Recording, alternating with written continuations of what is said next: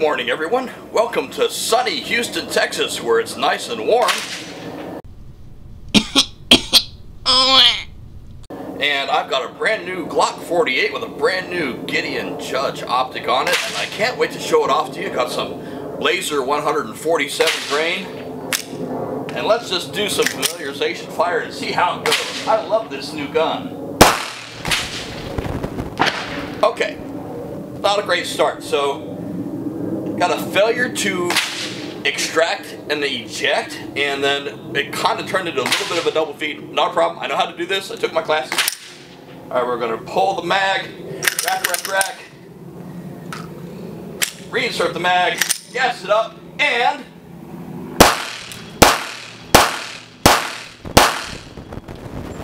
oh man, happened again. I put this optic on and now my Glock jammed.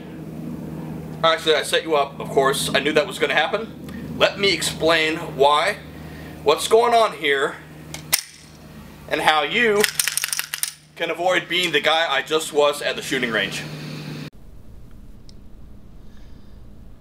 So what's going on here?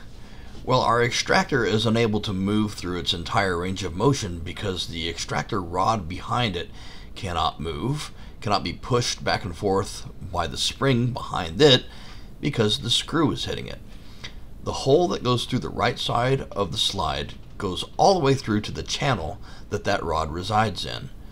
And the screw hits the rod, prevents it from moving, prevents the extractor from working.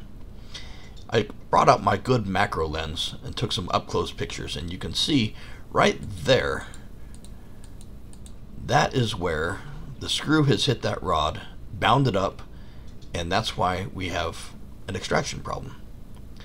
What's the solution? Well, if you got a belt sander, or dare I say it, the D word, Dremel, you can shorten your screw by just a smidge. This screw that I started with, the bad one, was 8.6 millimeters of effective thread length. That's not including the head of the screw, just the threads, 8.6 millimeters. And I took a screw and shaved it down in my belt sander to about 8 millimeters of effective thread length. That's enough to get me good thread engagement in the slide and through the optic itself without hitting that rod. That's the trick. Okay, so I'm going to take my too long screw that is 8.6 millimeters of effective thread length, and I'm going to save it for another time in case I need it in the future.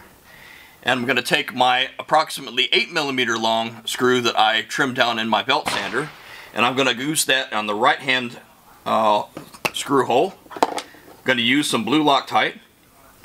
Best practices would be to apply the Loctite in the screw the night before I go shoot to give it time to set up and set, because this is still going to be liquid while I'm shooting, which means the screw has an opportunity to back out while I'm putting recoil forces through it. So best practices is to let the blue Loctite set the night before. Best practices is also to torque this to no more than 10 to 15 inch-pounds. You'll notice that I am not using a torque wrench. I guess I'm not a best practices kind of guy. If you don't own a fat wrench, a fat Wheeler torque wrench, get one. If you really don't want to get one, just turn it until it doesn't want to turn anymore. Don't force it. Now I've got my shorter screw in on the right hand side. We reassemble the G48, and let's go and see if we do any better. Okay, I've got the correct screw installed, and now it's time to do a little function test. So I'm just going to set my timer here, and let's see if the gun runs better.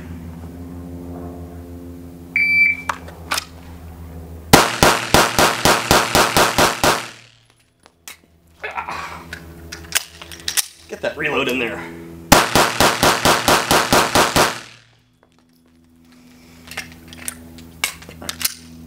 So with the correct screw installed, the extractor is free to move through its normal range of motion, and we get Glock reliability. Have a nice day.